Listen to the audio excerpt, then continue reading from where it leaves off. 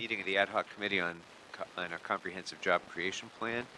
I'm Hoc Reports. I'm joined by my colleague, Mr. Blumenfield, and I'm told that Mr. West and Mr. Price are on their way, but we're going to go ahead and get started in the interim. So I'd like to start off by taking some public comment, and I'd like to invite Antonio Ramirez to come up, please. Ms. Ramirez, are you still? Oh, okay.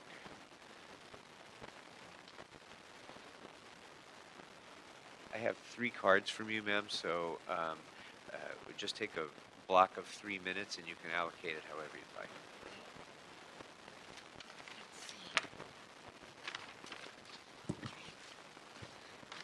Thank you.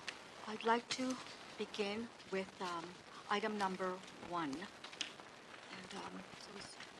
Number 1, stop hiring Chango Latino racist hate-mongering wetbacks and gangbangers, for they are pussies, thieves, and pigs.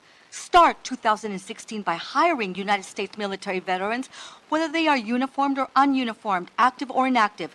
This is a legal and lawful way to begin to build Los Angeles City. And furthermore, and the second most important way to build the city of Los Angeles is by safeguarding and protecting its legal law-abiding citizens. Not gang-stalking them, not hunting them down, and not censoring them.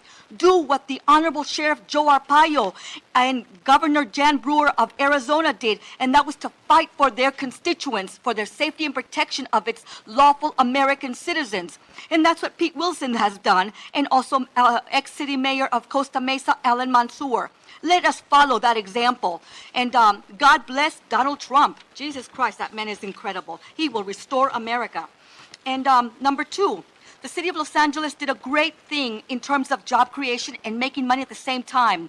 The city of Los Angeles rents or leases an empty lot at the corner of First and Spring, adjacent to the Music Center Grand Park, to the movie studios, i.e. Warner Brothers, Buena Vista, Paramount, etc. However, they bogusly glamorize the drug and alcohol world, which is a bit disgusting if you ask me. Well, the city of Los Angeles hired a United States military veteran who happens to be Asian, professional, alert, and terrific.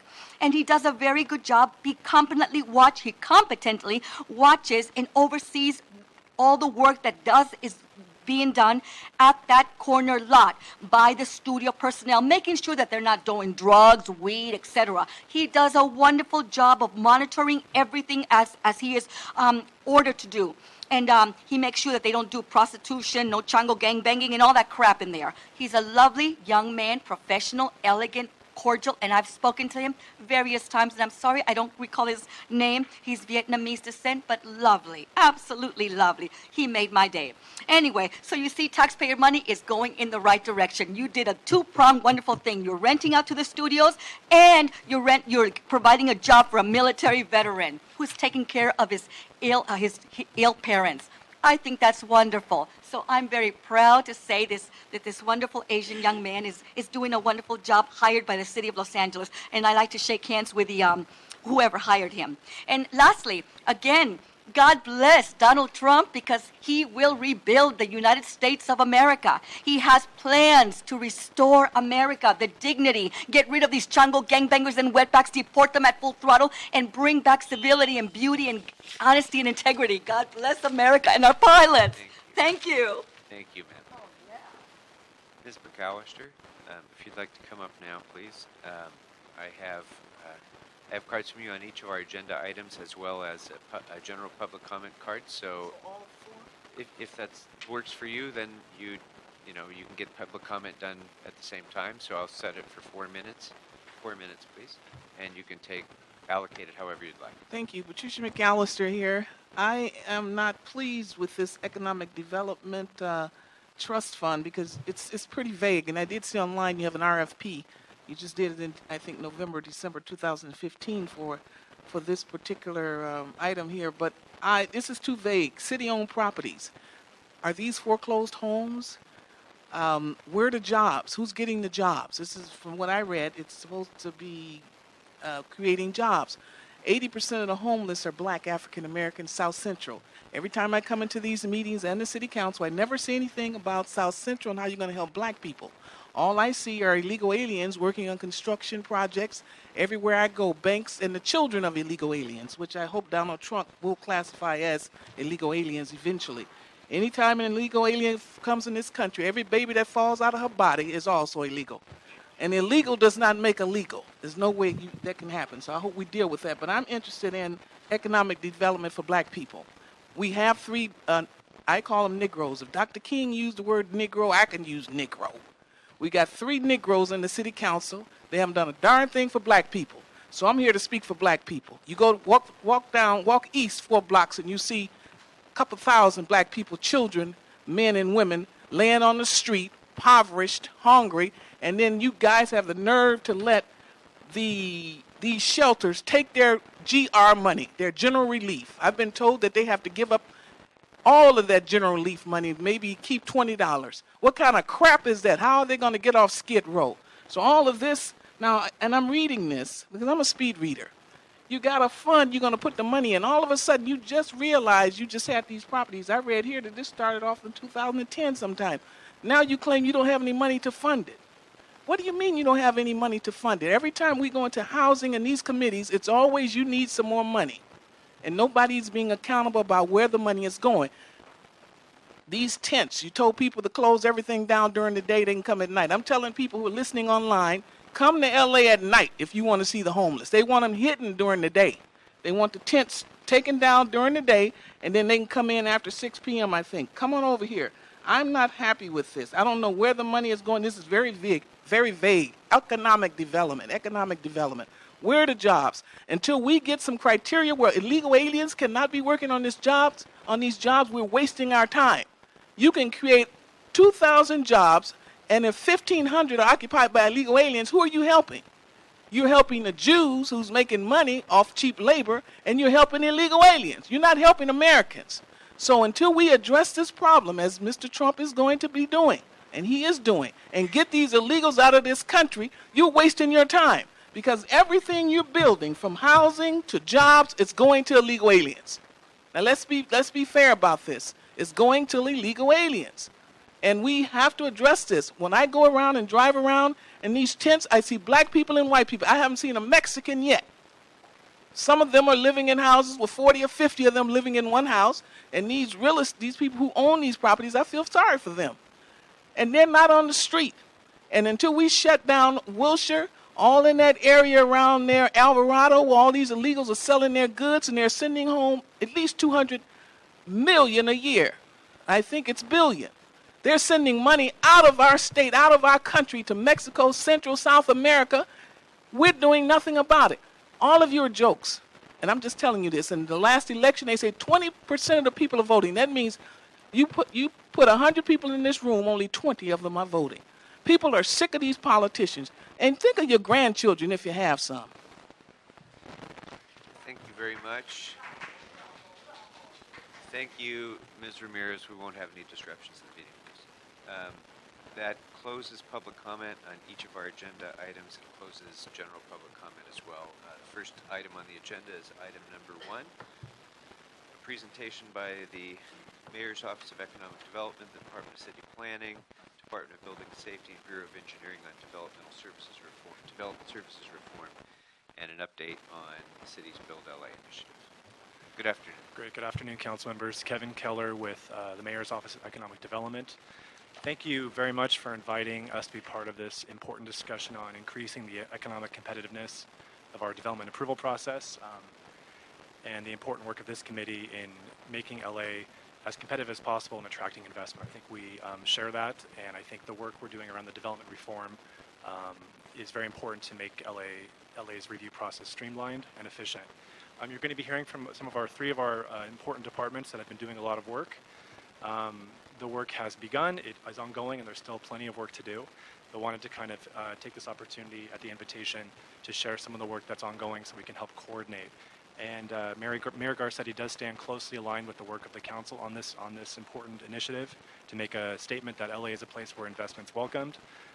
Everything from building our 100,000 housing units, which are desperately needed for our housing crisis, to constructing media campuses, new jobs, new economic development, helps the city, helps everybody. So this is a very, very important practice. I was asked to spend just about 2 or 3 minutes kind of setting the stage of where we've been, where we're going, and the work that's still ahead. Kind of streamlining really quickly, or looking backwards, in April of 2014, the Mayor and City Council endorsed a new vision for development reform by the Matrix Consulting Company. This came out of a prior effort earlier than that of potentially consolidating the building and safety and planning departments. You might recall that effort. In 2014, that idea was taken off the table. Yeah, you recall that effort.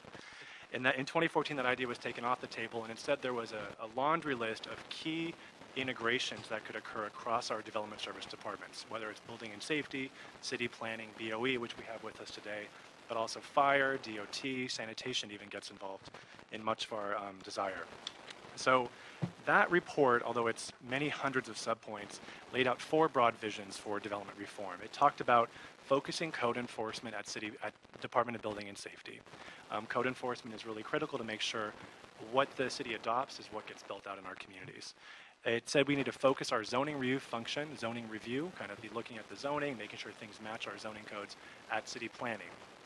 It talked about co-locating our development reform review teams, our multidisciplinary teams, into our development service centers. Currently we have 3. We have downtown, the Valley, and West Side. Different departments are there. Some have all the departments, some only have part of the departments. We need to have all of our departments present in those buildings so they can work together and also serve the public.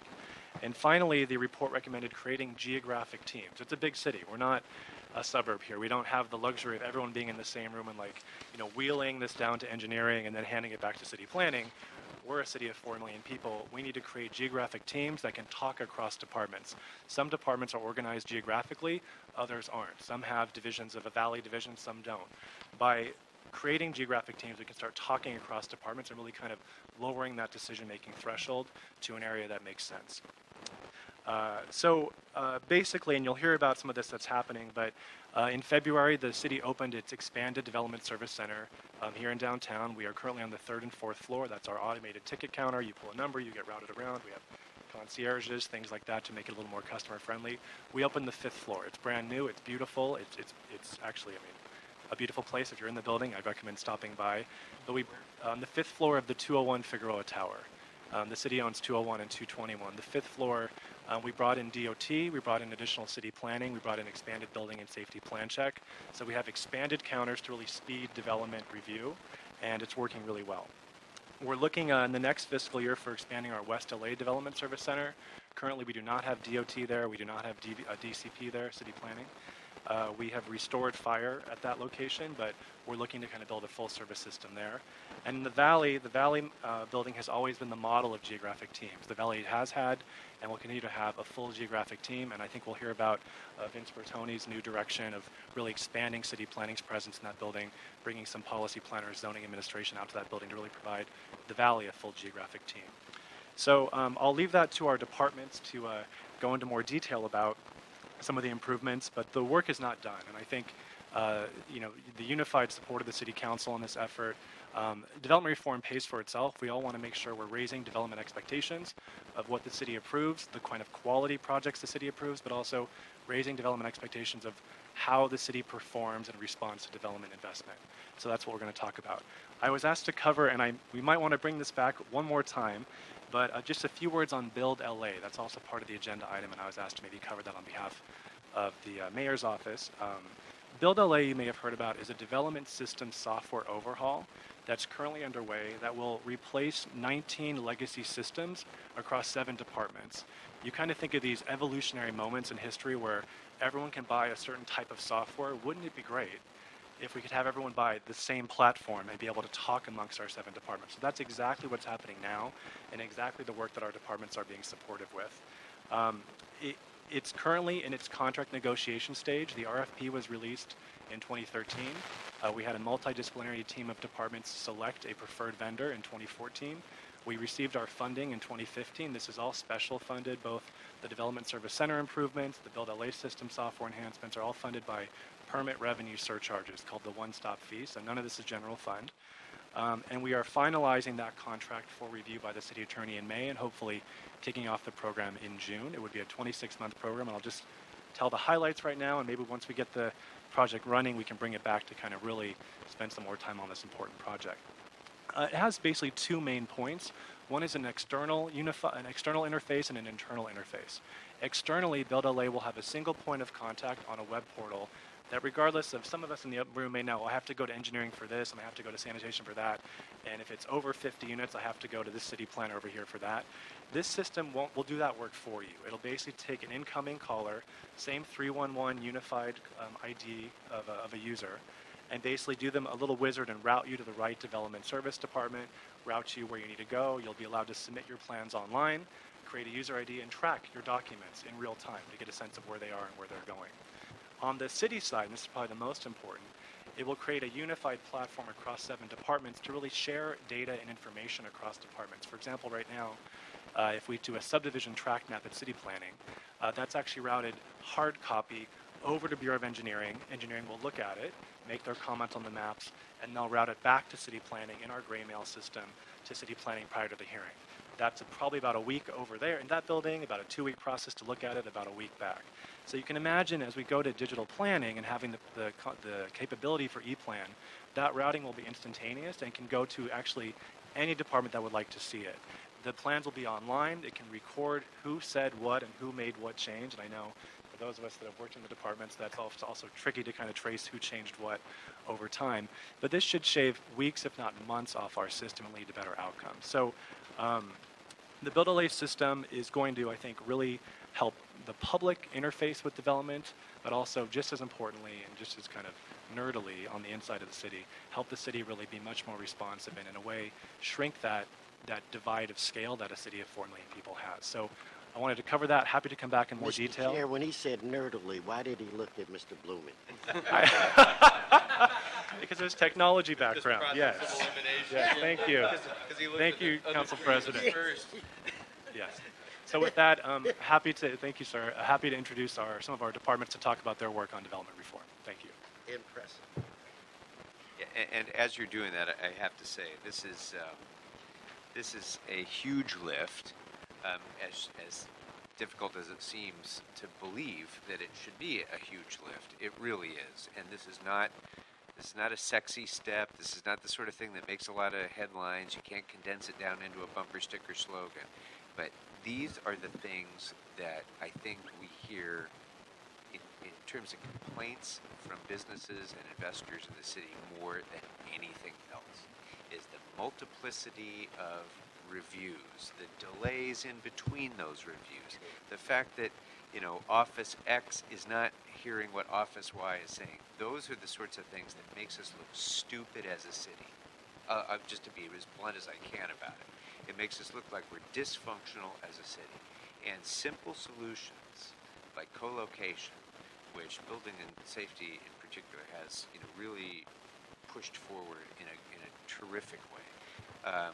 Common platforms. These are the things that make us highly efficient and attractive to investment. And so, if this is successful, the way you've laid it out, if you succeed where others have failed, I really tip my hat to the mayor's office for taking leadership on this, because it really will make a huge difference. Mr. Bush, welcome. Good afternoon, and I'm Frank Bush, the Executive Officer for the Department of Building and Safety. We have, Building and Safety, we've taken the development reform comments that were made during the audit, and also having listened to the industry meetings where we got feedback actually towards all the departments and development service to hear what the problems were, to point out what our shortcomings were, what improvements we needed. So we've taken those very serious and have made quite a few changes in our operation. I'm just going to go through a PowerPoint. I'll try to go through them very quickly, and stop me if you have a question about any of them real quick here. We have established hand-holding programs in the department. Traditionally, you would have to design a project and bring it into us and then get into the permitting process before you could start construction. That was traditional. Everything's done in series. We started the parallel design and permitting process so it can be done in phases. So as you're getting a conceptual idea, you can be working on the detailed engineering, and you can get the permits. You can get the permits in phases so that the construction projects can start while they're waiting to figure out the rest of the design, so they can get the shoring. Projects over a certain On these projects here are, and we have services all for all different types of them, different, valuations and including remodels on single-family dwellings and whatnot. So this is allowing the big projects to get moving and get going on here. And we have the Development Services Case Management Program, which is what we call the navigator for these programs.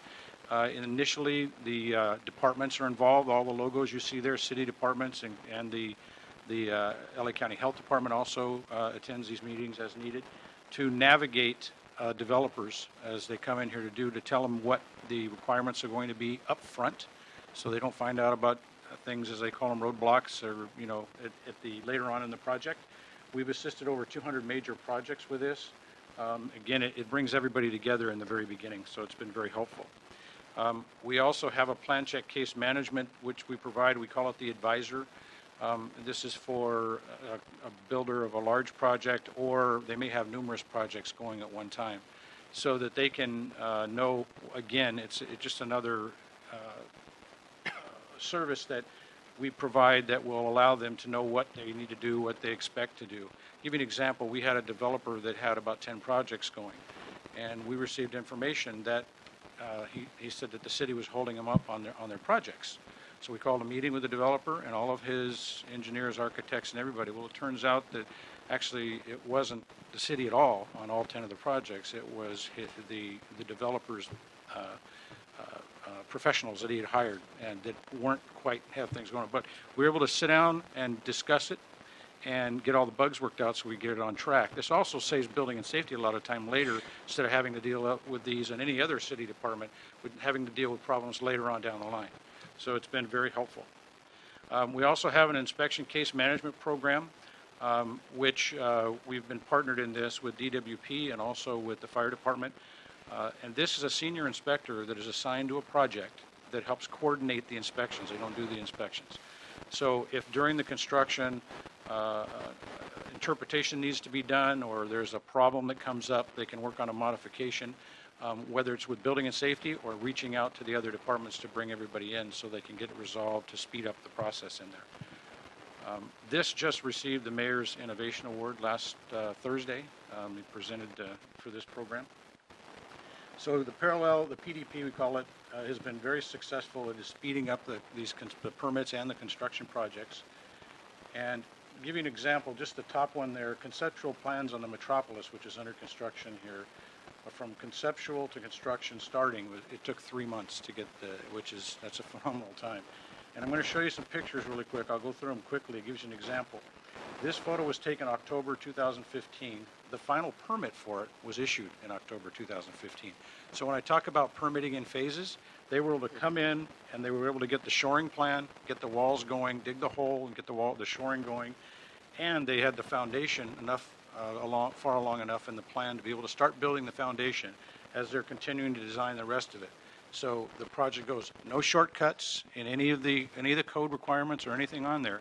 Just by this phasing of the permits, instead of waiting until it's all designed to do it, has been very helpful in drawing business towards the city development, the city. So this is just another one, an example of it. This picture was taken in October. The permit was issued in September, so of that same year. And these are just perfect examples. This is another one in Alameda Square. This developer, this was our first project, weren't sure about the process here. We're so happy and successful with it. They committed to doing some more projects in addition to buying some more land in the Alameda area there, Alameda Square area. And ocean-wide, this permit's not going to be issued until July, but it's not the city holding anything back. It's them. But they were able to get the hole going and the shoring, so they're ready to go as soon as they decided. For the smaller, for projects with customers that walk in our doors to figure out how to get a permit, we started a concierge program where they walk in the door and we can tell them what they need, where they need to go, who they need to talk to, which department, walk them over to it, keep an eye on them while they're there to make sure the process, so if a homeowner comes in and they can't figure it out, or a new contractor to the city, we're about 450 customers a week. We also started what's called an expanded counter plan check. We had a backlog. Our backlog was growing because of plans that were being put in the back room and getting getting in line with all the other projects. So we added staff to our counters, and we started this extended counter plan check. So now we're doing those jobs as they walk in the door. Probably within 3 hours or so, they may walk out with a permit, or at least know what corrections they're going to do. Some corrections they can make right there. We'll issue the permits right then and there. So I noticed that it went that it went forward. Sorry about that. So prior to it, we were running 25 days on a lot of these projects. Now they're doing them at the counter as they walk in the door, so they can be done in about 3 hours, 1 to 3 hours. It varies. So so it really made a tremendous impact for the customers coming in the door, and we've been getting a lot of positive comments about it. So should I move? Okay. So the other thing we did for permitting, we developed a standard plan, and for solar and also for the electrical vehicle charging systems, and they can get those permits online. So there are approximately 200 permits are being issued weekly online now instead of them waiting in line to do that. So LEDBS Go application, this is an application that you can download on iPhone or through the Google Play. This tells you actual waiting times at our counters in all of our offices. You click Van Nuys and it'll show you that the wait's 10 minutes or 8 minutes or 30 minutes, and not just our department, but in all the departments that are in the queue in the Development Services Center. So somebody can decide whether or not they want to go down there and get in line. They also can request inspections, look up the permit information, the status, and report violations, code enforcement violations. So it's been a very useful tool. Saturday inspections is something that we started to assist homeowners, because a lot of times people during the week, they're not home.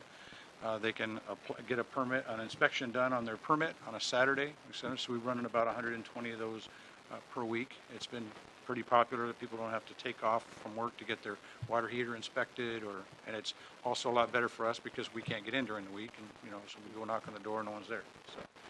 So one of our big things has been trying to work on establishing partnerships. We've heard talk about how different departments have different processes and they don't talk to each other. That was a lot of the complaints that we heard during the development services hearings and our industry meetings.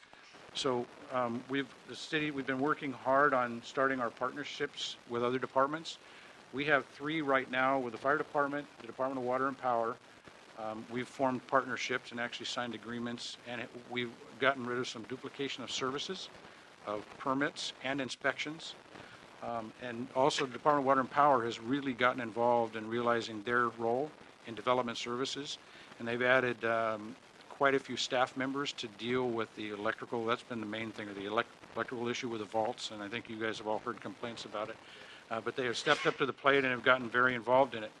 And one of the things, these partnerships are working out really well, and we're working to expand that with all the development services departments that are involved. We're in the progress right now of working out one with LADOT. They are involved. We have pending with the Department of City Planning, and I'm happy to report that the Director of City Planning, Vince Bertoni, we've already had quite a few meetings with him, and we have some regular scheduled meetings, and they are interested in working out with us. And last Wednesday, the 30th, we were invited to the Public Works Commission to do a presentation regarding our partnerships that we have got with the other departments, and they've shown a lot of interest in it. And some of the bureaus involved, we've already been working with Bureau of Engineering, because we had duplication sort of plan review and permitting on shoring plans. So we're eliminating that one already. So everybody's working to try to get these things all done and formalize these plans so that we can talk to each other on a regular basis, have points of contact, and assist the development. That's pretty much the end of what I have. The partnership to build was number 5 on the mayor's Back to Basics. So everybody's been really focusing on trying to get these partnerships going so we can continue to draw the development here and draw the jobs, and not just the construction jobs, but as these hotels and everything are built, there's a lot of other jobs that come with that too in there. So that's what I have for you today. Any questions? This is great stuff. Really excited about it. And, question about the phase permitting.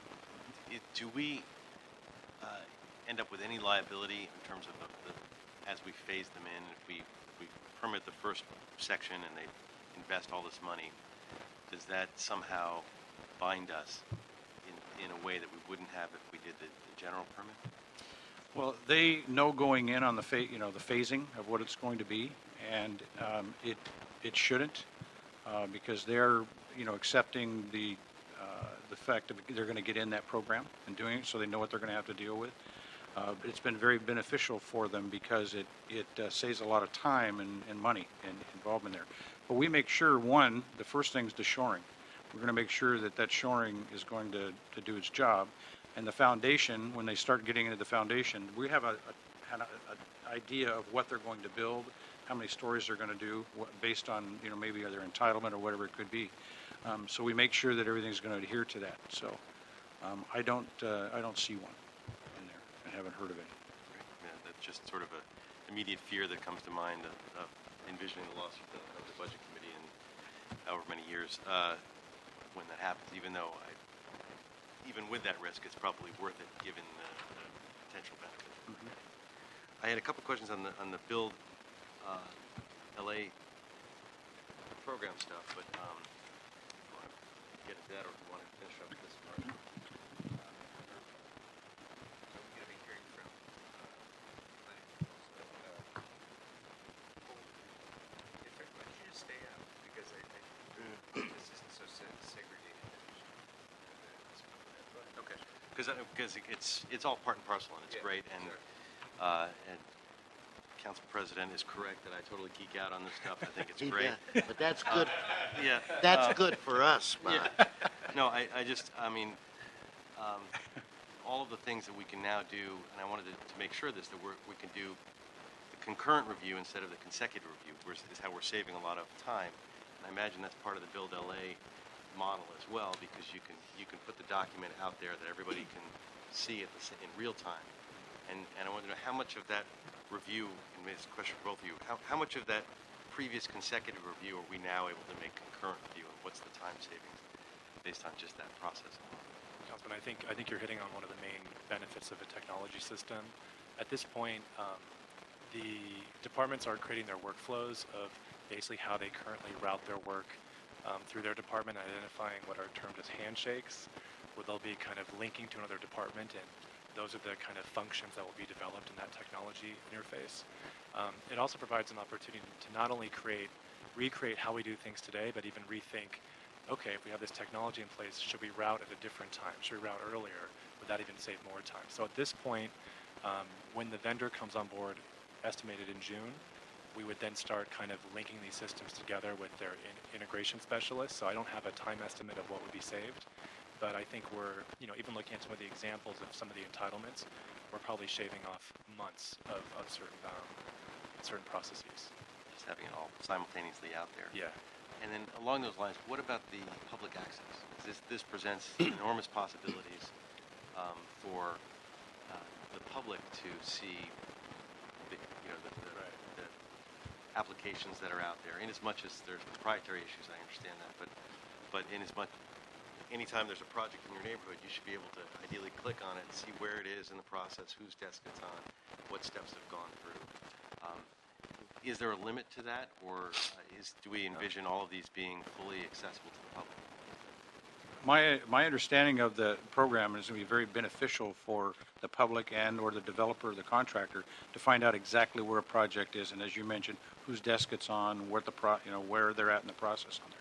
My understanding that's all part of it. It's all still under design, but that's one of the big things with this is for us people to be able to find out what the status is. Yeah, and as we redesign, for example, the planning case tracking system, which shows kind of has the ability to show geographic kind of pending projects on that, and then the building and safety permitting system to show where permit activity is happening, that can all be shown geographically for a neighborhood. My understanding, just as a trivia fact, the one thing that state law prohibits us from sharing are the actual plans themselves of buildings online, because they are the property of the architect.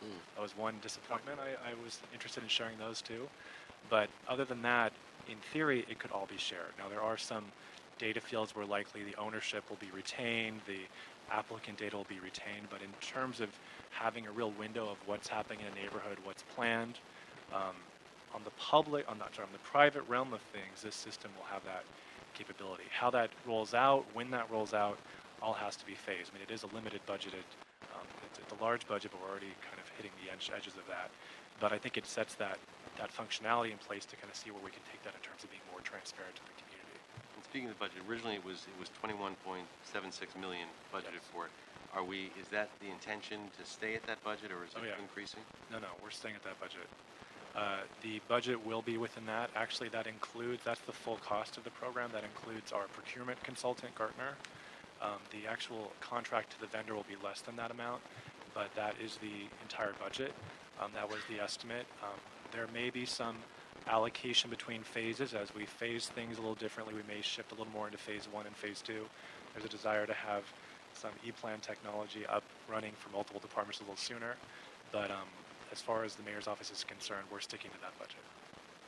And the one-stop shop, is it going to be in which department's website, or is it going to be the mayor's website? Or the one-stop, and I learned these terms, the one-stop ordinance is a reference to the actual ordinance, which was the idea of having a fee that would be a one-stop kind of store to go and buy technology, computers, monitors for our development service centers. So currently, and I know our CAO is in the audience too, I believe we charge 2%. Jason's nodding. We charge 2% on development permits. That goes into a fee that is then can only be used for capital acquisition and basically software contracts. Jason, did I get that right? Correct. The city established the one-stop surcharge back in the 1980s to actually create co-location opportunities for the city planning department, the building and safety department, Bureau of Engineering. What we're doing now is we're actually creating a web-based one-stop portal where people can actually go on and submit their applications and their projects online, and they can track it. Our current ZEMA system, which is our zoning information management access system, does actually provide the neighborhood councils and the neighborhood groups that actually request notification when projects actually go live in their neighborhoods. So this new system will actually have that capability. You know, as Kevin talked about, the system will provide the council offices, the neighborhood councils, and the general public information as it relates to projects. There's the ability to set up Gantt charts to show kind of where a project is at in any given phase on the public-facing side. And then on the developer side, they can see which department has their plan at any given time. And each department has the opportunity to actually go in and look at a project at any given time, provide comments and markups, and there are different overlays over the plans. So the system will be robust enough to actually identify where we have lapses in the city analysis, where it says, you know, Department A said you need to modify your plan to do Y. Department B said you need to do Z, but Z and Y cannot exist at the same time, so the departments need to talk about how we can revise those plans to make sure that we're consistent in our application of our codes. That's why I was suggesting we were happy to come back for the full Build LA discussion, because it does get very detailed, and again, I think at this point it's at that kind of possibility stage, but we are trying to set it up to be successful. And as Kevin mentioned, the surcharge is being increased from 2% to 3% to pay for the core system. But to your question, we have the ability within the contract to actually expand the base budget to actually allow for departments to add non-development related services to the function once the initial system is built out. So some of the discussion with the fire department has been expanding the system to support brush clearance, their Coupa functions, as well as their occupancy inspections, to have everything tied to the same system. So we're using the same geographic information system, we're using the same customer information systems, we're looking at everything together. And what that's going to allow us to do is we're going to be able to start identifying where people are good customers with the city. So if you have been paying all of your fees and you don't have any outstanding debts, it'll give us an opportunity to look to accelerate the permitting process and actually the review process. And where an applicant may not have been paying their bills to the Office of Finance or the fire department, we can also flag that within the system to go back and, you know, withhold issuing the permit until they've actually paid up on the outstanding debts. That's the thing, not on Bill LA, just generically, I wonder how we compare now in our processing times to other large cities like New York and Chicago, and then I want to just put it in there. I want us to get to the place where we can have boasting rights and we can say how much we're beating them by on a regular basis, and we can all have that number, but do we have those comparables now, and what are our goals for comparing to those cities in the future? Especially compared to Dallas and Houston. Tired of hearing from Yes. So we do, sir. Our 400-page report from Matrix Consulting Group did look at the 10 major metropolitan areas within the state, as well as the 5 major metropolitan areas within the state. We do have the comparisons. We're lagging behind them in certain areas. We're working to improve. Some of it has to do with CEQA and some of the unique legislation within the state of California. Some of it has to do with our land use. We're working very closely with, Ray Chan as Director of Building and Safety, and Mr. Bertoni as the Director of City Planning to basically update our general plan, look at our land use. We're looking at going to geographic teams. There's a lot more co-location and coordination between the departments, so we're making progress there.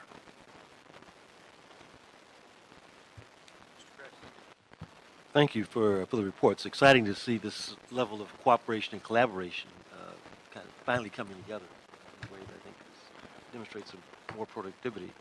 The Congé program has gotten some really good reviews. I've talked to several individuals who've been a part of that process. How many are there, individuals in that program, and how far do they actually follow the project through until it gets out of building and safety, or do they continue on, or how much hand-holding do we do? We do a lot of hand-holding. In our development services, initially, they follow the project right through. The plan gets, and then it gets handed off once the permits are issued. They get into the inspection. So the inspector case management follows the program, the project, all the way through the certificate of occupancy. They get done. So, and the same thing. Is there an online presence where that can be tracked, or what's?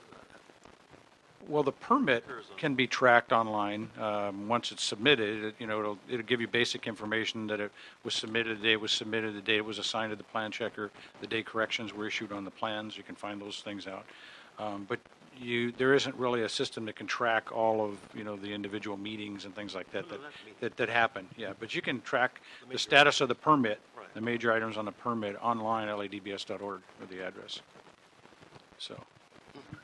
Council members, we do have city planning and DOE here, so maybe Jason and I will excuse ourselves and make sure we can hit all 3 departments at once, if that's okay with the chair.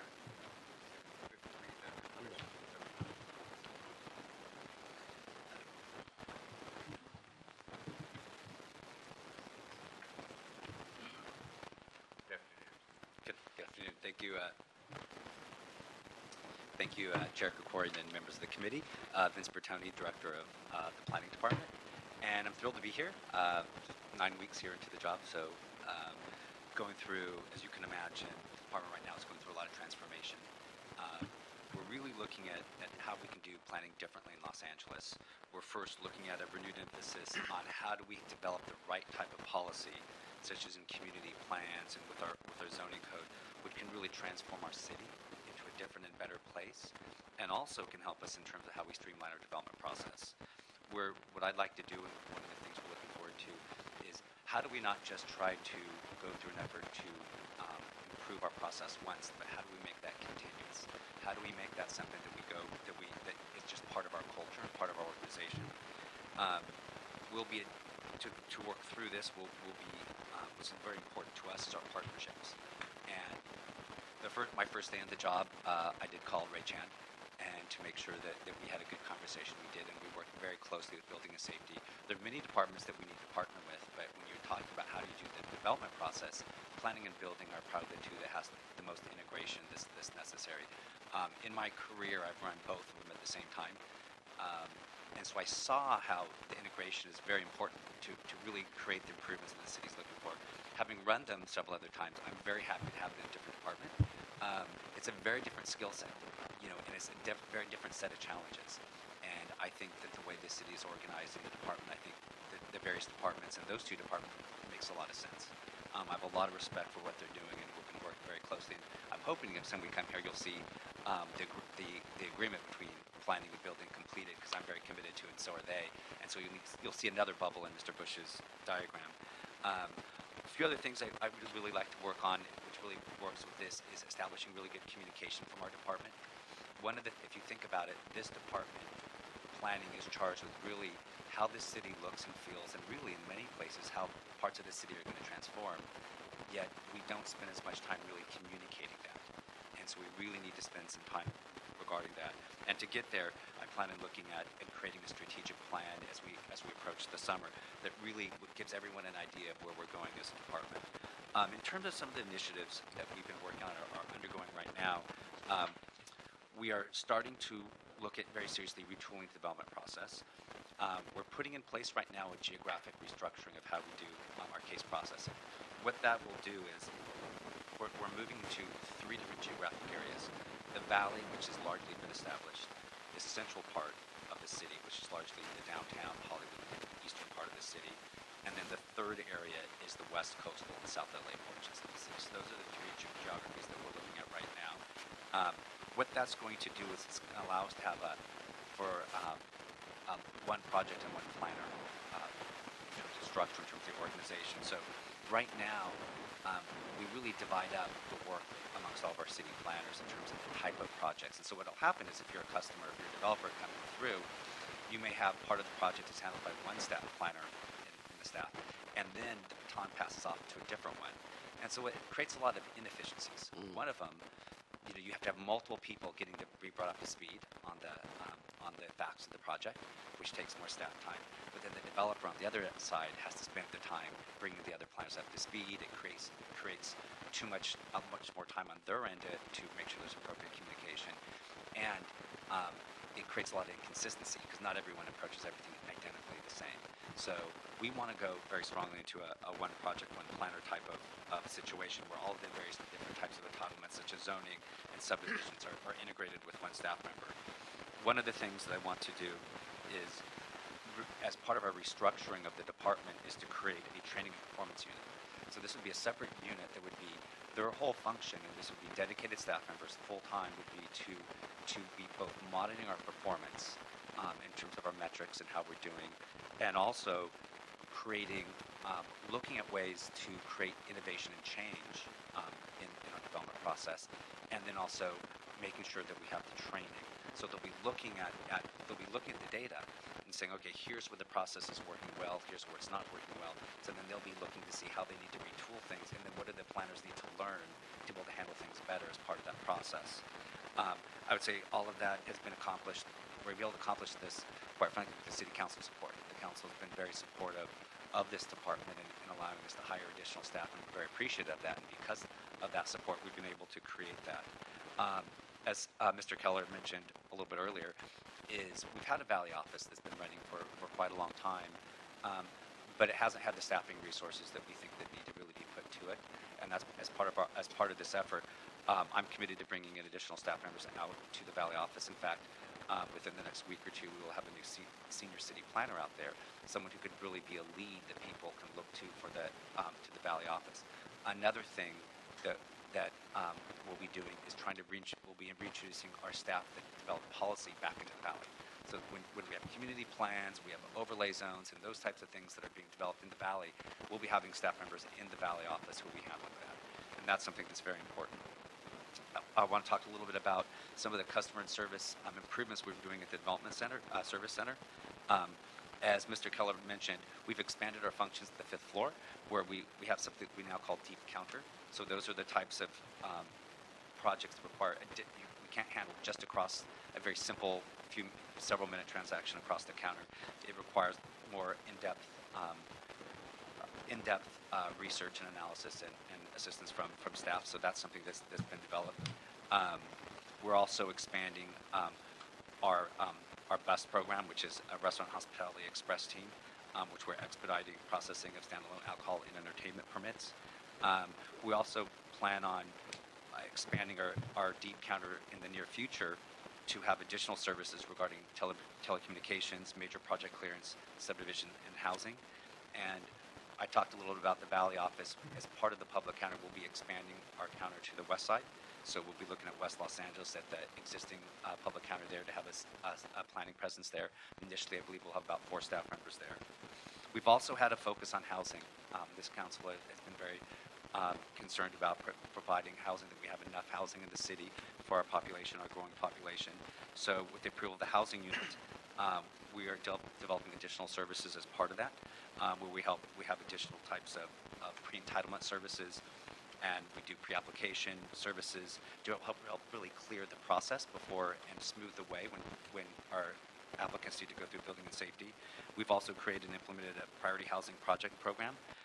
That's where affordable housing projects meeting certain criteria that's established in the Executive Directive 13 receive priority processing. So that's going to be something that's very important. Our goal, and we're working with Department of Building and Safety and Housing Community, HCID, to work together to reduce the processing times by about 25%. So that's going to be something very important to us. We're also looking, as part of the housing unit, to what are ways that we can streamline through our codes and ordinances.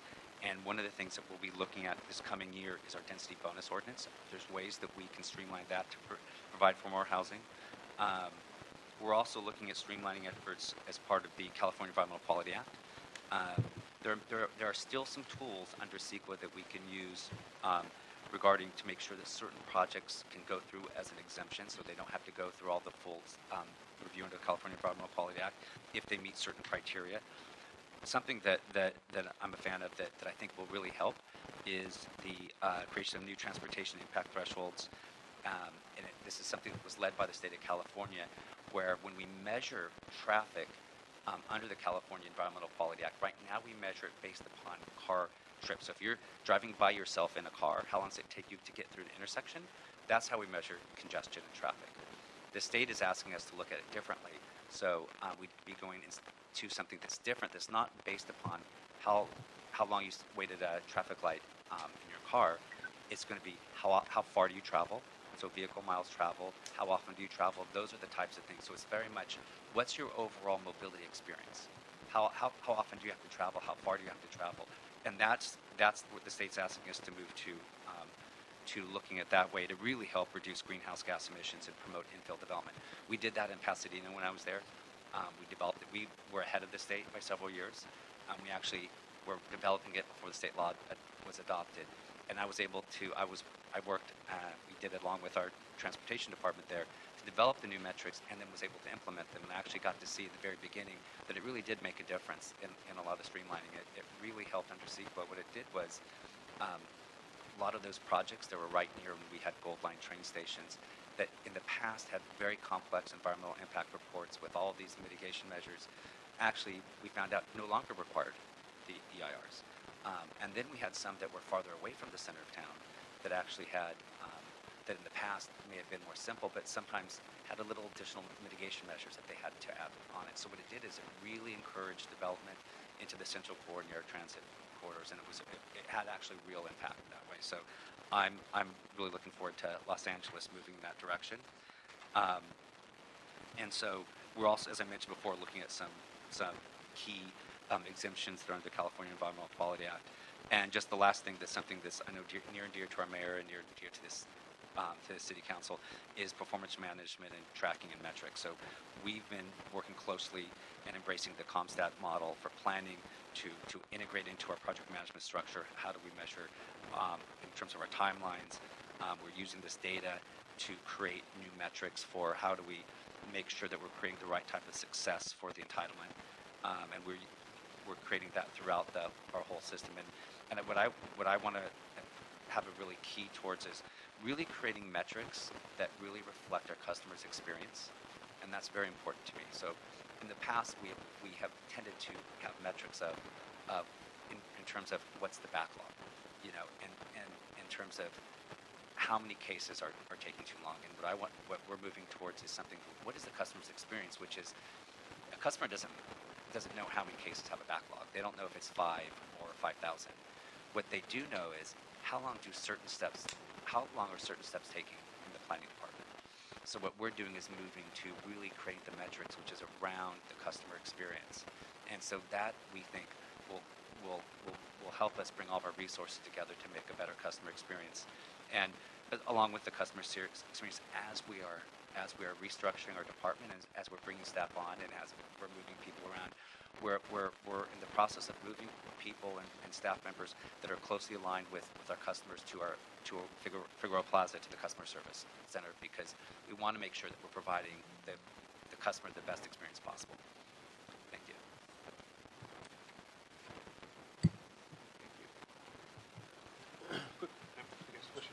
You talked about the one project, one planner Yes.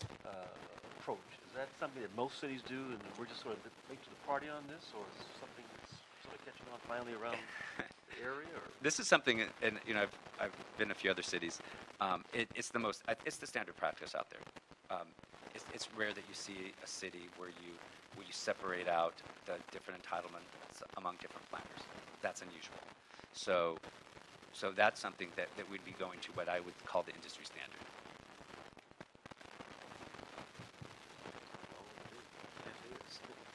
Not so much a question as a quick comment. First of all, kudos, and I'm really thrilled with everything I've seen of the direction that you're going in and streamlining.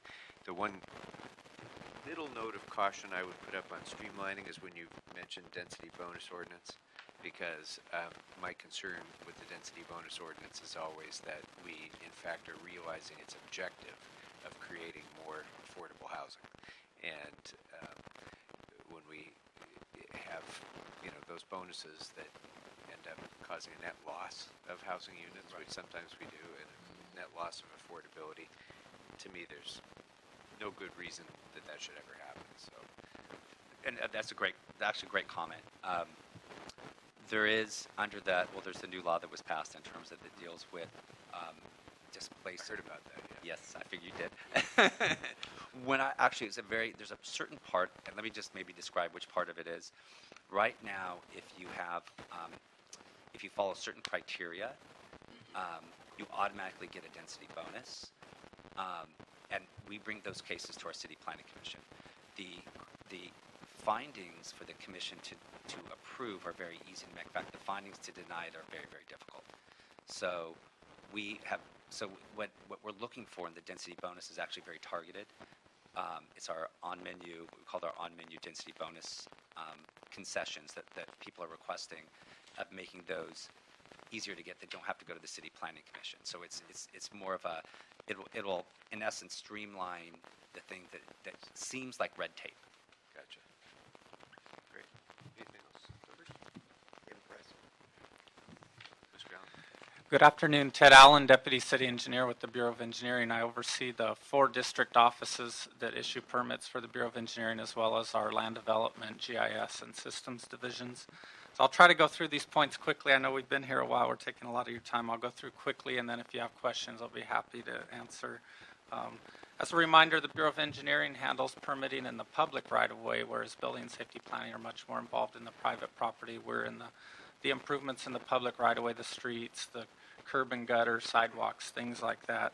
And as the Matrix report and Listen to Industry were mentioned previously, we've taken those recommendations as well as our own just desire to continually improve, and we've been making a lot of changes.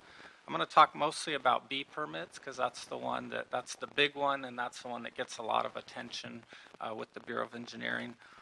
So our B permit website, one of the criticisms at the Listen to Industry is sometimes they don't know what we're looking for. So we've expanded the standards and checklists and templates available to them on our website.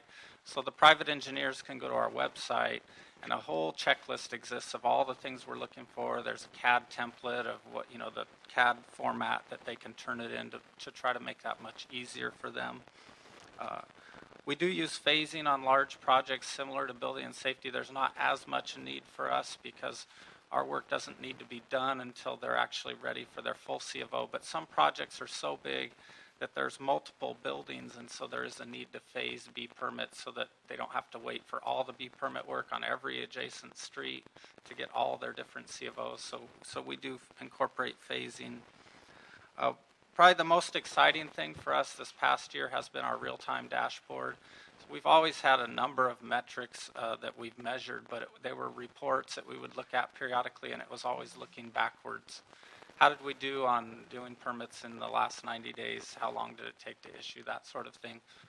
So our dashboard now gives us a real-time look at what's in the queue for every different permit type, and it has red, yellow, green, whether they're exceeding the goals or not. And so every morning I can look by district, I can look by the whole bureau and see where we at with B permits, where we at with A permits. It enables me and myself and the other managers to adjust staffing if needed to stay on top of things, and that's really been invaluable. Along with the positions that the council and mayor added last year, 7 additional positions to help with B permitting. In return, we promised to shorten our goal from 45 days down to 30 days for initial plan check, which we have done. Just a few months ago, we officially changed that goal as we finally got those positions staffed. And I took a look this morning at our last 90 days and our NQ, but in the last 90 days, even though we had just finished filling and the people were still pretty new, out of 179 initial plan checks, 78 were done in less than 30 days. 93% of them were done in less than 35 days, and only 12 out of the 179 exceeded the 35 days. So we're well on our way to meeting that 30-day goal for initial plan check. Subsequent plan checks in that 90-day period, we had 436. 78% of those were under 20 days, 96 were under 30 days, and only 4%, 17 out of the 436 exceeded 30 days for the subsequent checks. So the additional staffing that you provided last year is greatly appreciated, and it's being put to use, and it's providing returns to the development community for sure. We also added 1 case manager position, so that person's working with the case management of building and safety to help with the hand-holding that was mentioned earlier, and so we're excited about that. That's in our central district office. So those are things that we've recently done. There are other things we're working on, and there was talk earlier about how, we're kind of siloed in the city, and Build LA will help get us away from that siloing. But we're trying to get away from it somewhat, even in parallel or ahead of Build LA, and which will help in kind of piloting the workflow we want to do in Build LA. So one of the things we're doing is we're buying large touchscreen computers. They look like monitors, but has a computer in the back, about the size of this one, but they're touchscreen, so that people will be able to do electronic plan check, and that will enable us to start piloting kind of an electronic plan routing of the B permit process. Right now, they bring us the plans first. We say, well, you also need DOT review, you need street services review for the trees, this and that. And they have to go directly to each of those, get their input, incorporate it all, bring it back to us. Then we do the final circulation. So with going to electronic plan check, we're hoping to go to an electronic process where they give us the plan electronically, and then we broadcast to the necessary agencies, and we collect and kind of take a more active role in helping them through that process and helping to identify. One of the complaints in the current process is DOT may have a certain comment that conflicts with the BOE comment, and then they're caught in the middle and they have to reconcile it. So this will kind of help reconcile those things more for them. So we're excited about that. We're also buying some a software called Bluebeam, which is a PDF editing software but made more for plans to do that electronic plan review. And it's got a lot of tools that I think will make our plan check process more consistent and efficient. We recently electronically signed our first B permit. So B permits, unlike it was mentioned earlier that the private development plans don't get posted online, but any work done on a B permit in the city, we keep we have a vault of all of the plans. They get indexed with a certain number. They go in that electronic vault. And then in Navigate LA, our GIS mapping software that's available to the public, you can pull up any of those plans. The index number shows up if you turn on the layer. So the old process was they would bring us the paper plans wet signed by their engineer. Our district engineer would wet sign them. They would go off. They would get scanned for indexing, and then that would go up online. The scanned copy is, okay, but not super readable. So the new process that we're moving toward, and we've done one as a test, and we plan to move over the rest shortly, is that they'll give us a nice clean PDF that they've electronically signed. Our district engineer will electronically sign it, email it over, no more scanning, and it'll be super clean and readable. So we're very happy about that change. And the electronic commenting that we do will make it much easier for them to read as well when we're typing our comments versus the hand comments. So those are the changes I wanted to bring up that we're working on. It's good progress. Members, any questions?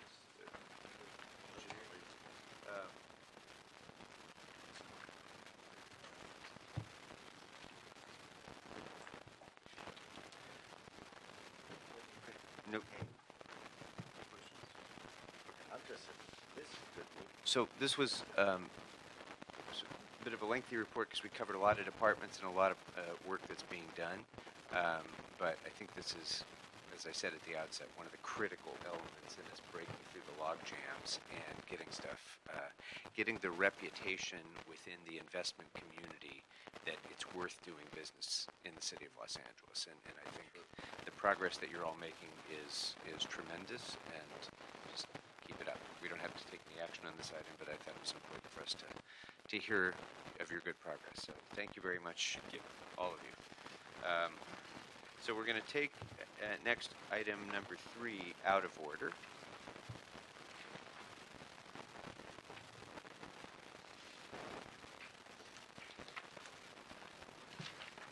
Item number 3 is the CAO report and CLA report relative to evaluation and designation of city-owned properties for economic development opportunities and other city purposes.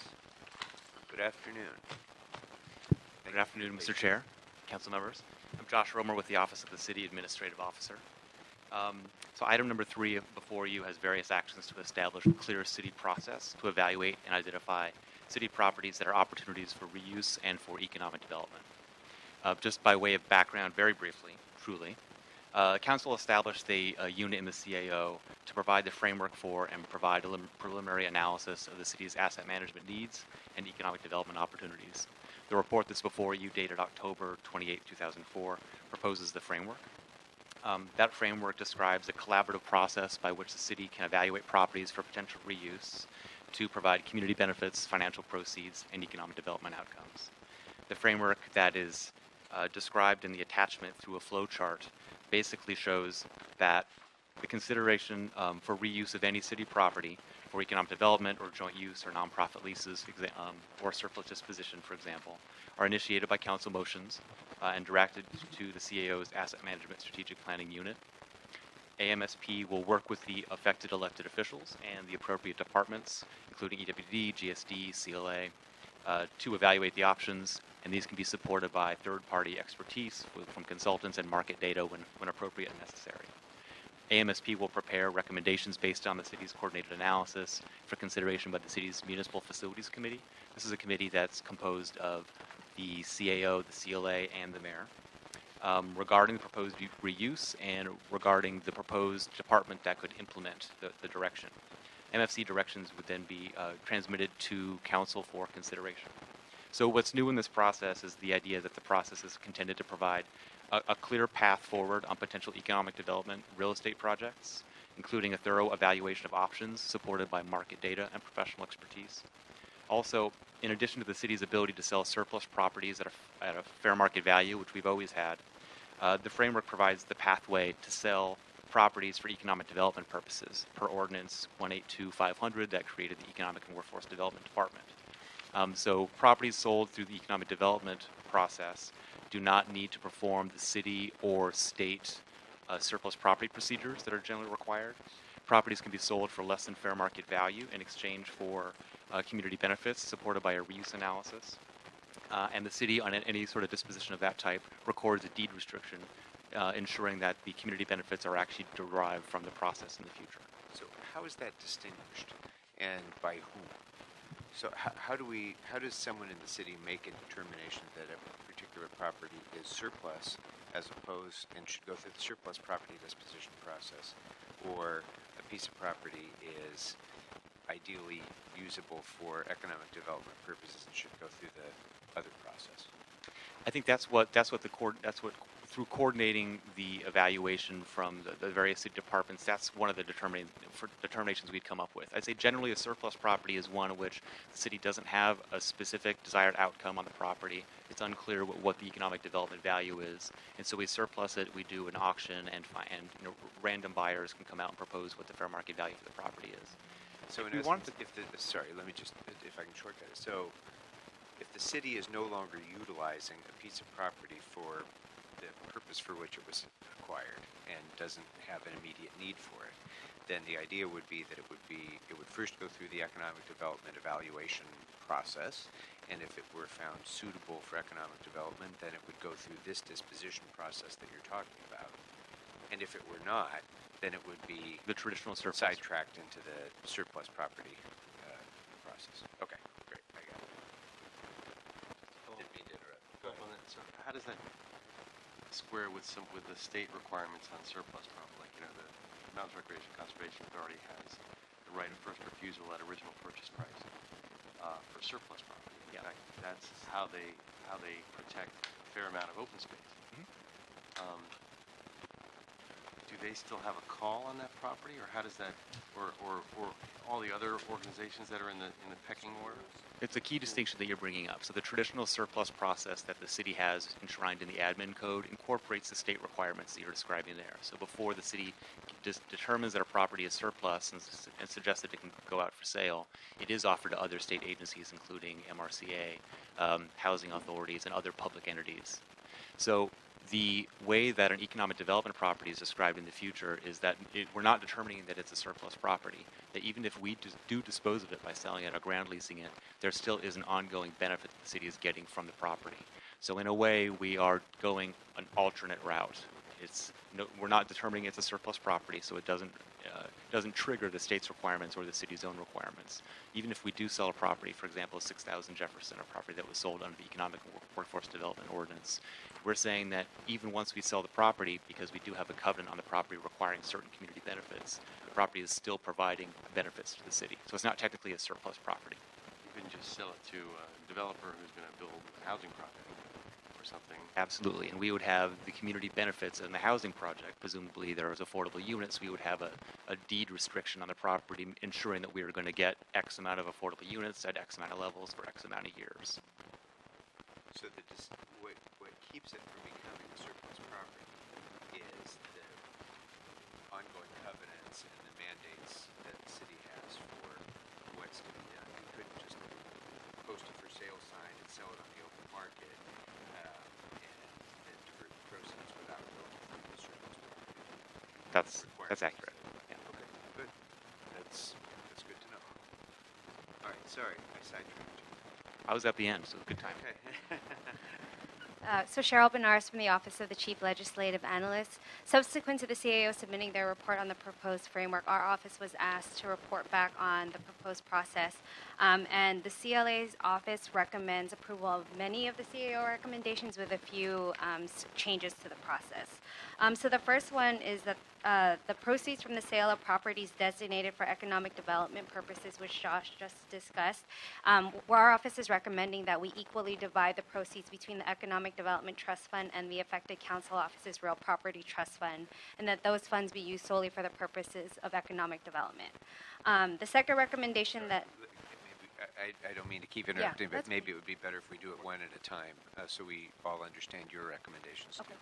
So on that first point, by making that change, the two tracks would be more similar in terms of the disposition of the proceeds, because what you're recommending is more similar to the surplus property disposition process. Yes, it's similar. It's consistent with the surplus property process divides the proceeds between the general fund and the Real Property Trust Fund, but this one would divide it between the Economic Development Trust Fund and the council office's Real Property So it Trust would Fund. avoid any economic disincentive that a particular council office might have, for example, to using it for economic development purposes. This, by having them on the same track, it makes sense. It treats the community retains some of the benefit of the property that they used to enjoy.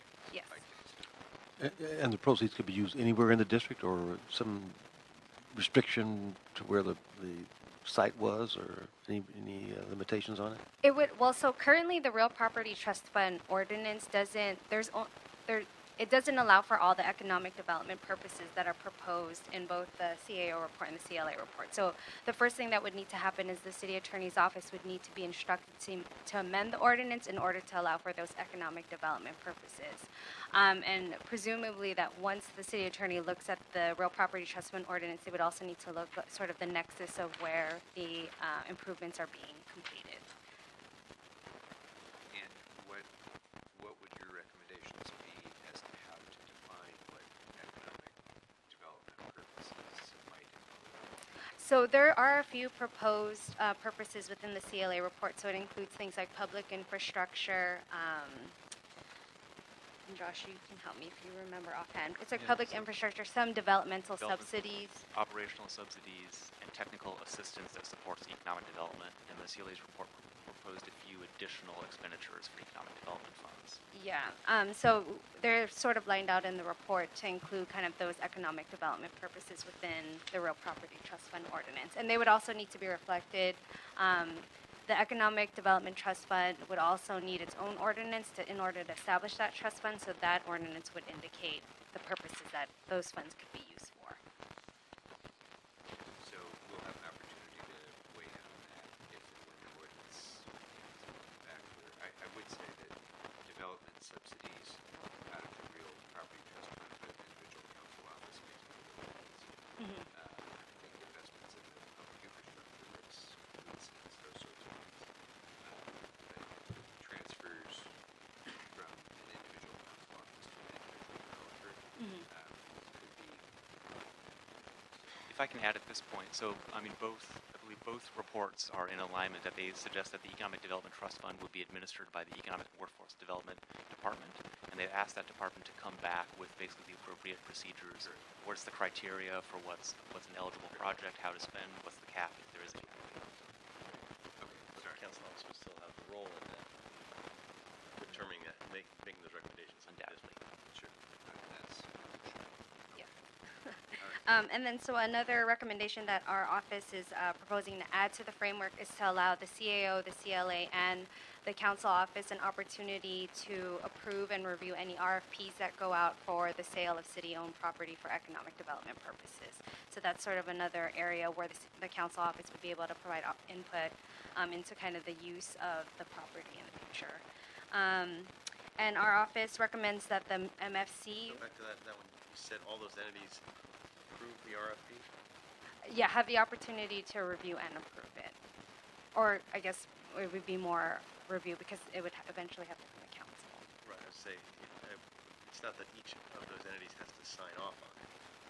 It's that they would Have an each opportunity. review it, and then the council would sign off. Yes, because it was essentially missing as part of the proposed framework by the CAO's office that kind of when an RFP was released, sort of who would have the opportunity to review it. So our office wanted to clarify that both the CAO, the CLA, and the council office would have the opportunity to review it prior to it being issued. But then the final approval of the RFP would go where? It would go to council, I believe. And then our office lastly recommends that the Municipal Facilities Committee remain as structured. The CAO had proposed adding the general manager of the Economic Workforce Development Department as an ex officio non-voting member. Our office is proposing to just keep the structure of the MFC the same, which includes the CAO, a representative from the CAO, the CLA, and the mayor's office. And that's just to remain consistent with the other bond oversight committees that have that structure. In a separate motion, our office was also asked to report on the rental revenue from the 10 future development properties that were conveyed from the CRA LA to the city. Currently, only 2 of the 10 properties have tenants that occupy that space, and their rental revenue is approximately $40,000. Those rental revenues are currently being collected by GSD, and GSD has assumed the maintenance responsibilities of all 10 of the future development properties. What our office is recommending is that those rental revenues be deposited into the Economic Development Trust Fund to be used for the maintenance of the 10 future CRA LA development properties. and our office recommends that the committee adopt the CLA recommendations, which incorporates the CAO recommendations plus the added amendments discussed today. Maintenance during the next, because we can only own those properties for another 20 months or something, right? Because we had a 36-month window once. There's slightly different dates on each of the option agreements, but you're right. We won't, by definition, we can't own any of those properties past 3.5 years from now. The annual estimated maintenance cost is around $120,000 a year. That's currently coming out of the CIEP budget. So the $40,000 that we would collect from CRA tenants will help defray property maintenance for all 10 of those properties, for all 10 of the CRA future development properties, because we technically have an option on the properties, but it's our obligation to maintain. And because we're trying to find purchasers, it's in our best interest to keep them in decent shape. And some of them are very challenging properties in terms of property maintenance. There's 3 in my district. 2 of them are just we've leveled, and there's really nothing that we need to do other than that. Easy to maintain. Weed abatement. Yeah, weed abatement. Any other questions?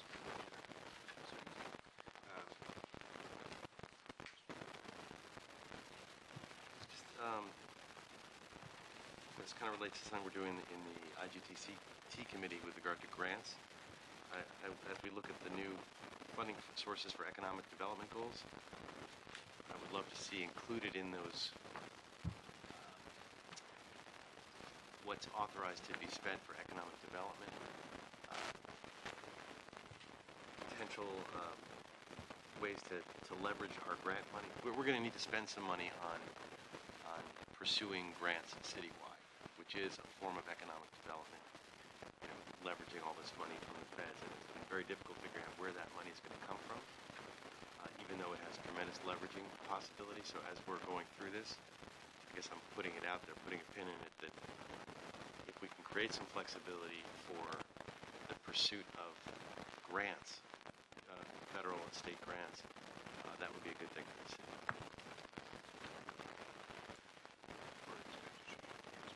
Expenditures from the trust fund. So one of the things we're talking about is having a centralized grant seeker, but you can't just take that. You can't just take a piece of all those federal and state grants because there's all these different requirements on it. But it's money that if we spent, we could leverage a lot more money. Okay. If there's nothing else, then what's before us is the CAO's report as amended by the COA's recommendations, correct? So there's no objection to the action committee to approve exactly that. Thank you. Thank you very much. That brings us to item number 2. CAO's report and report of other appropriate departments relative to the development of a citywide asset management plan and leveraging city properties for economic development and job creation. Good afternoon. Hi. Good afternoon, council members. My name is Jacqueline Vernon Wagner, and I am the supervisor of the Asset Management Group in the Office of the CAO. This group is better known to you as the Asset Management Strategic Planning Unit, or AMPS, which was established by Mayor and Council in 2012. The unit, before it became a group in January 2016, worked within the Municipal Facilities Group of the CAO. I was the first employee assigned to the unit and have worked extensively through the MSC on strategic planning to maximize the use of city facilities, worked on reducing the city's reliance and expenditures on outside leases, and the relocation of city staff to city-owned facilities and spaces. I've also worked on the city's nonprofit leasing policy and the reuse of city facilities by nonprofits. Next to me is my primary team member, Josh Romer, former CRA employee who joined the city in 2013 and quickly became our in-house expert on a wide range of economic and redevelopment issues, and you've already been benefited from his knowledge in the earlier item. In addition to working as my right arm, he has also worked extensively with your offices on the transfer of CRA projects to the city on Taylor Yard G2, Civic Center Master Plan, the old Civics Parker Center site, 6000 Jefferson, the Dolby Theater, Bunker Hill, Y1, and many more.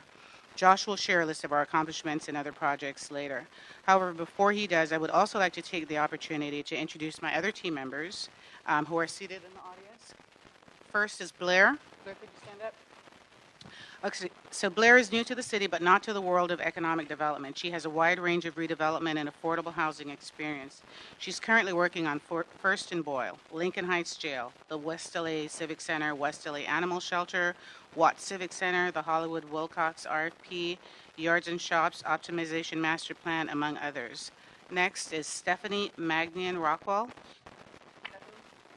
Stephanie is a veteran to City Hall. She's worked more recently as a council deputy for Councilmember Blumenfield in CD3, and prior to that for former Councilwoman Jan Perry in CD9. Stephanie is the city's designated liaison to the CRA Bond Oversight Committee, and is also working on the Lamert Park Metro Parking Lot, Reseda Town Center, and Reseda Theater projects, Wilmington Block 27, reuse of Fire Station 57, Pershing Square Renew, and other projects in and outside of the downtown and Little Tokyo area. Together, we provide support and work with the mayor's office, the council, the CLA, EWDD, HCID, and other individual departments and economic development opportunities for the city of LA.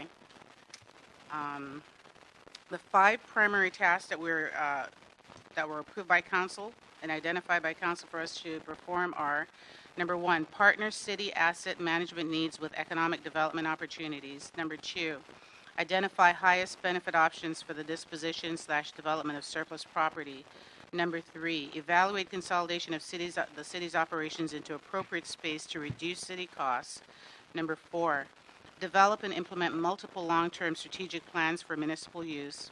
And 5, work with other governmental entities and the private sector on economic development as it applies to real estate assets. And now Josh is going to share some of the significant projects that we've worked on.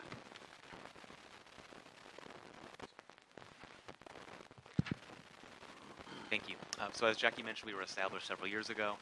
The work to date we've done it's a lot to do about capacity building in an effort to try and enhance the city's capacity to use our real estate properties for all kinds of economic development benefits.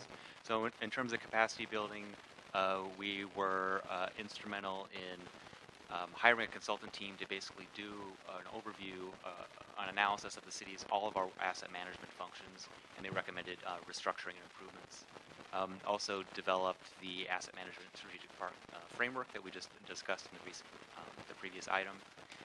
Also working with GSD and the broader city team on developing a database, an accurate database of city properties, which will become really valuable in the future. And we also established a council pre-qualified list of consultants that our department and any other can use in strategic planning for economic development. It's been used to date maybe up to 25 times to do a streamlined procurement to help the city in various projects. So our current work program is pretty large. It's around 40 projects that are active across the city. This includes some long-standing opportunities that Jackie mentioned earlier, such as the Lincoln Heights Jail, West LA Civic Center, parking lots in San Pedro, TOD, potential opportunity sites in Lamert Park, all over the city. We've also funded or are managing a dozen or so different market studies on various opportunity sites that kind of help the city make wise decisions about how to use our property. So, and I think more generally, the motion asked us to talk about also just our role in terms of asset management, strategic planning, along with the other various entities across the city that are doing really important asset management sort of work. And I think of it in terms of if the life cycle of a project starts with an idea, with a proposal to reuse a property, and then continues through an evaluation of the various options, recommendations, the council making a decision, and then negotiation and implementation of an actual transaction, and then after the fact compliance, then we're most central to the early phases there, and basically helping the city make strategic decisions about real estate. And as council decides to hand specific projects over to departments such as workforce development or housing, HCAD for implementation, we would move more to an ongoing sort of oversight role. And working with other departments, the General Services Department remains the city's property manager, and they're the best suited folks to work on the day-to-day property management and transactional functions with surplus properties and the like. And overall, I mean, our goal is to be collaborative, and our goal is to tap into the value of the city's significant real estate assets for the benefits of the city and all of its communities.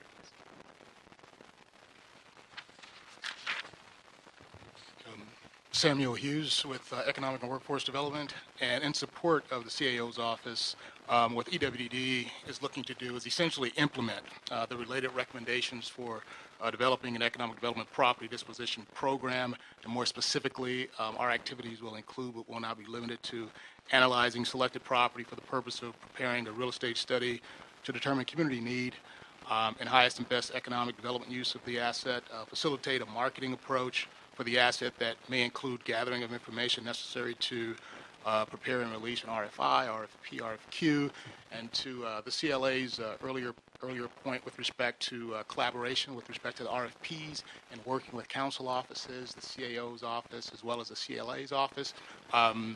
I think just over the last 3 or 4 months, we've been advancing in that regard. Certainly interfacing with the various council office, working with the CAO's office, as well as the CLA's office, to review any proposed RFP before it's released, and then ultimately certainly making certain that the council office, that might be the beneficiary, if you will, of any development to take place, is on board. But in addition to that, certainly negotiating development disposition plans and selected developer consistent with the goal of spurring sustainable economic development and job creation.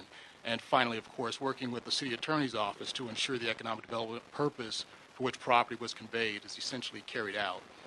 In short, we're looking to collaborate, just as Josh and Jacqueline indicated, to make certain that the departments can come together and be effective and ultimately creating sustainable economic development opportunities.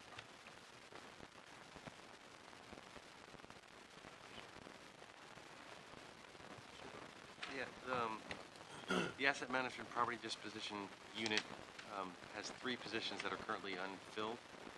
And I guess the question is, when is it anticipated that these positions will be filled? I guess plans are in the 2016-17 budget. And then when do they get fully trained? And I just want to make sure you guys have all the resources that you need. So what's the time schedule on that, or are there other resources that you need to make it all work? Because it's important work that you're doing. It's very important work, and specifically with respect to the Economic and Workforce Development Department, I believe our HR department is in the throes of preparing to hire a principal project coordinator, hopefully within the next few months. That position should be posted. And as it relates to the property manager 3 and property manager 2 positions, I would anticipate the department will fill those positions come first quarter of 16-17.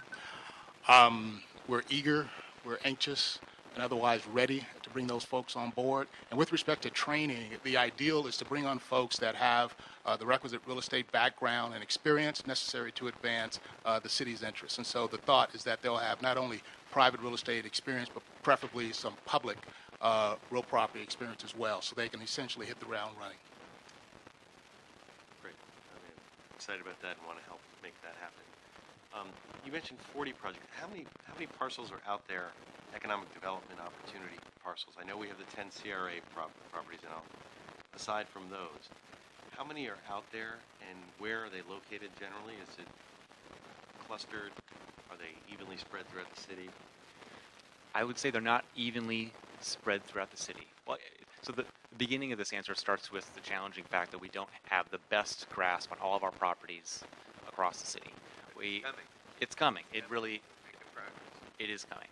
And I would say that in the future, one of the directions on the asset management framework is that we basically kind of do an annual report back in terms of the properties that we're looking at. I think that could also potentially include kind of a forecast in terms of to kind of give you a sense of what the scale is. When I say 40 properties, those are 40 projects that have already kind of been identified, that council offices are already familiar with and already have maybe some suggestions for what might be done with those. I think there are definitely hundreds upon hundreds of properties that potentially have economic development potential. A few of them are large, huge, significant properties that are worth upwards of 20 or 30 million. That's not the case for most of them, and they're not necessarily evenly distributed across the city. I think that the city tends to own more properties in downtown and South LA, in my experience, and a lot in the hillside properties. But we can definitely report back in our first annual report in terms of like and especially once we have a database developed, in terms of the distribution of properties and a first analysis of where the most viable economic development properties will be located. Because I imagine it just from a cursory look, like in my district, there's probably not that many. Maybe a few.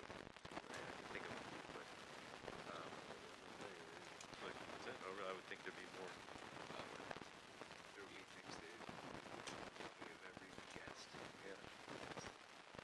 But that's part of the process. That's what we see that list. Yeah. Yeah, true. And I would say kind of, looking towards the future, not where we're at right now, but I think in the valley some of the opportunities are about proprietaries property as well in terms of LAWA and DWP, properties that we're not currently talking about and don't have authority over, but those are definitely properties that we could consider leveraging to various degrees, and those are well represented in the valley.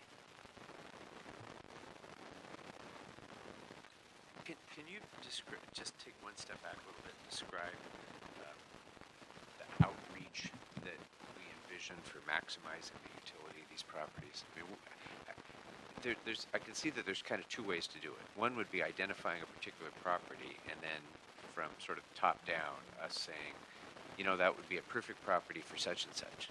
But another way to do it would be to say, give to the private sector a total database of all of the properties and say, here, private sector, here's what we have available, bring us your ideas. Or some combination of those things. So what's envisioned for how we maximize the economic development opportunities for these properties? I think I can start speaking to this, and then Sam is definitely the best person to talk to in terms of strategies, I think, when it comes out.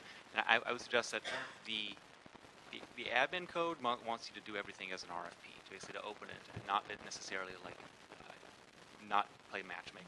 But sorry, would That's it be an not- RFP for a particular parcel or an RFP for the entire bundle or bundles? Yeah, that actually is. Does it have to be each parcel?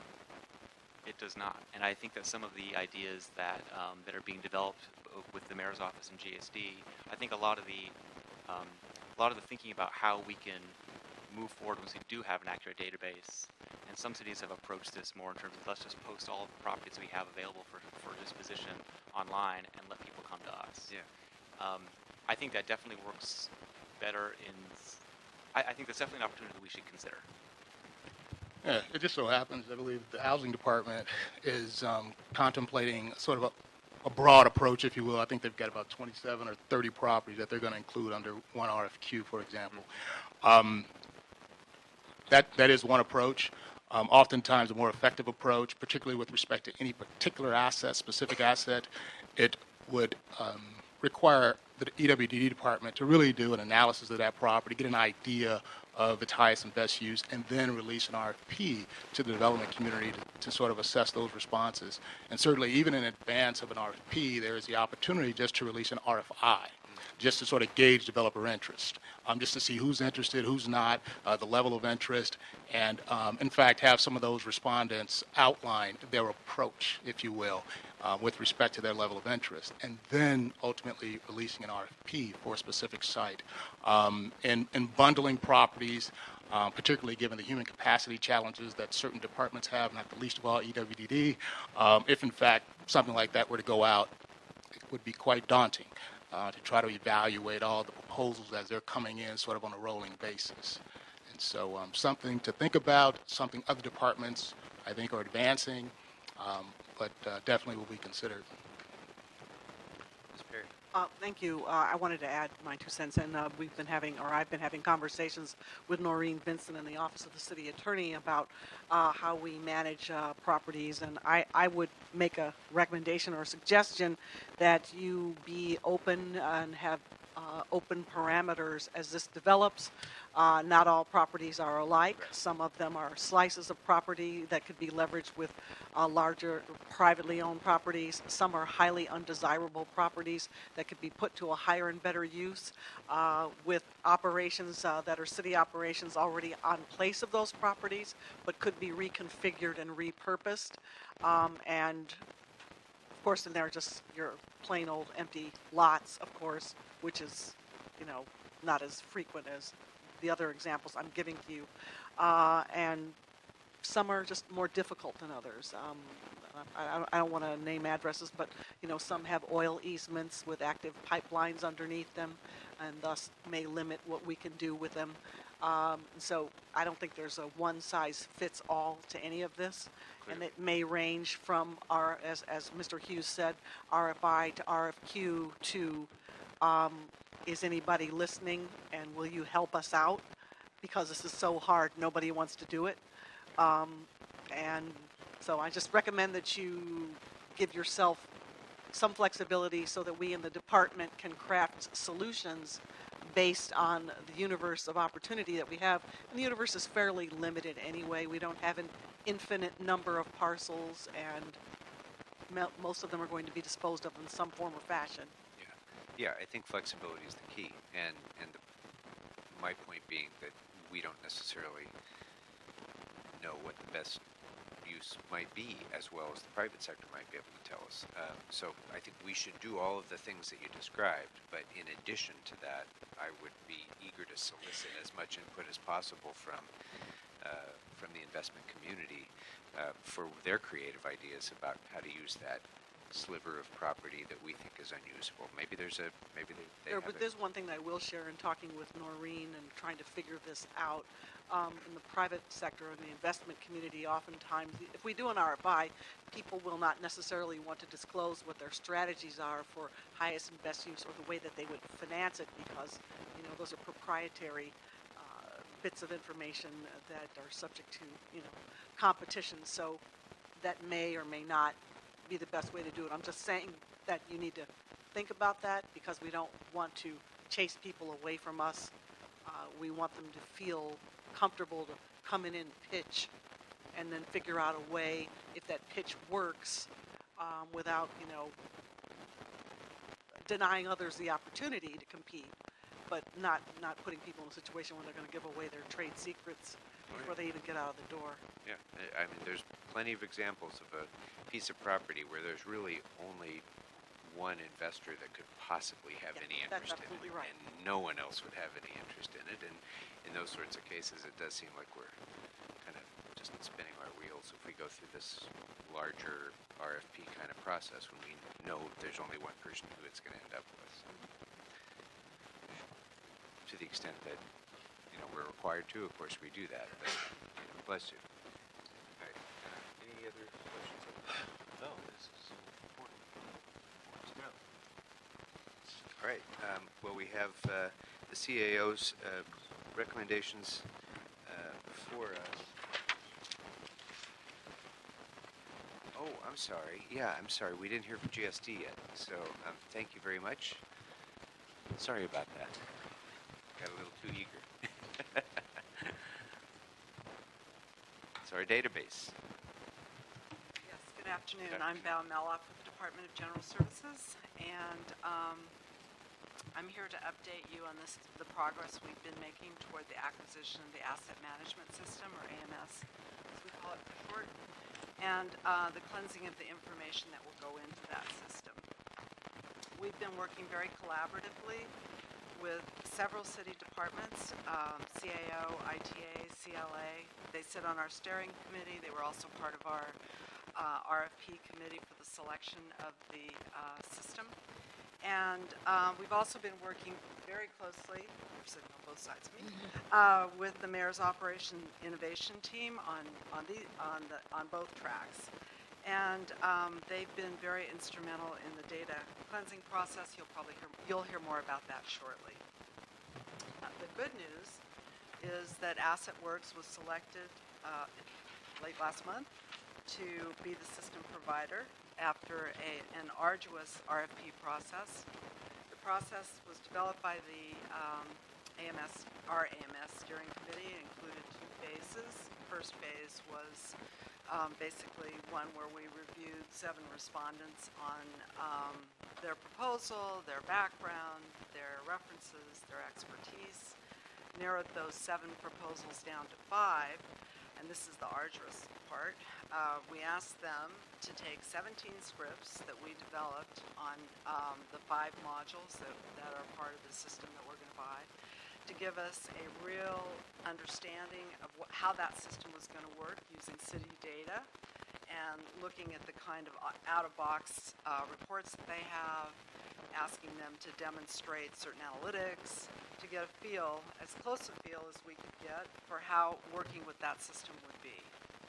And this took several days, and several long days. And at the end of that, after that process, we were able to confidently move forward to select a system provider, and as I said, that was AssetWorks. They had this. We selected AssetWorks because of the ease of our ability to easily navigate the system.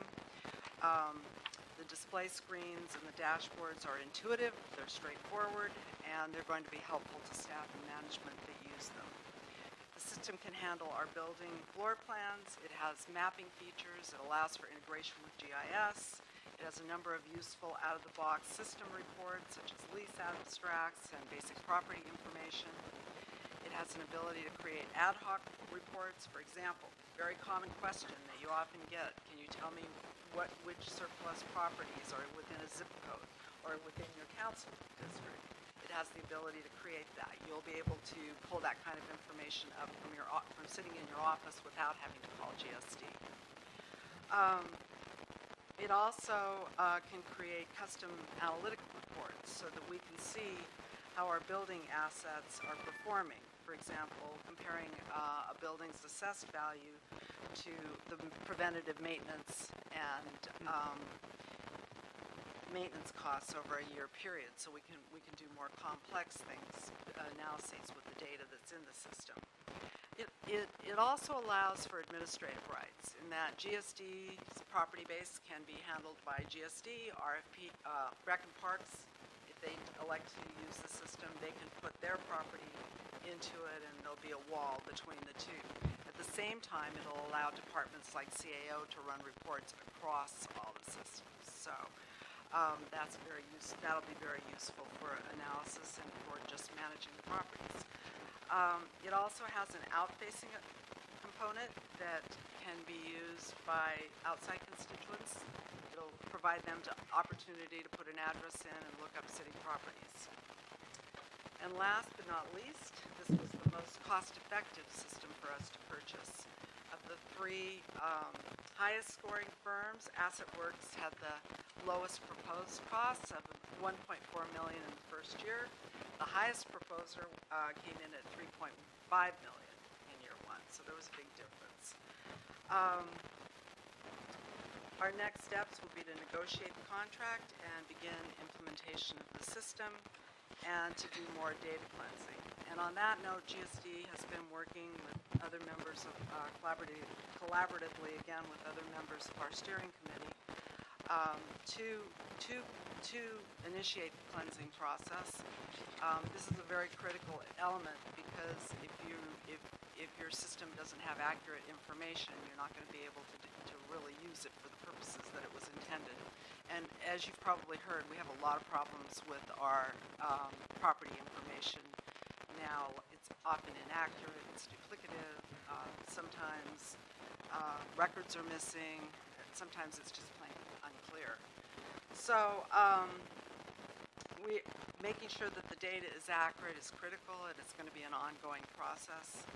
We have developed a pilot project of 26 facilities where we're going in and doing a real deep dive, collecting data on a number of things, making sure that we all understand how we're going to measure the square footage of a building, a simple thing like that. We're also, so once that data is clean, we're going to be putting it into an interim system, which we're in the process, an interim data management system, which we're in the process of purchasing. The mayor's office has been working with data cleansing on a much more macro level, and they're here to describe that process. Questions? May not be necessary. Thank you. Mr. Blumenfield. Just so ballpark time, when will the database be available for the city family to have that, or when will it be?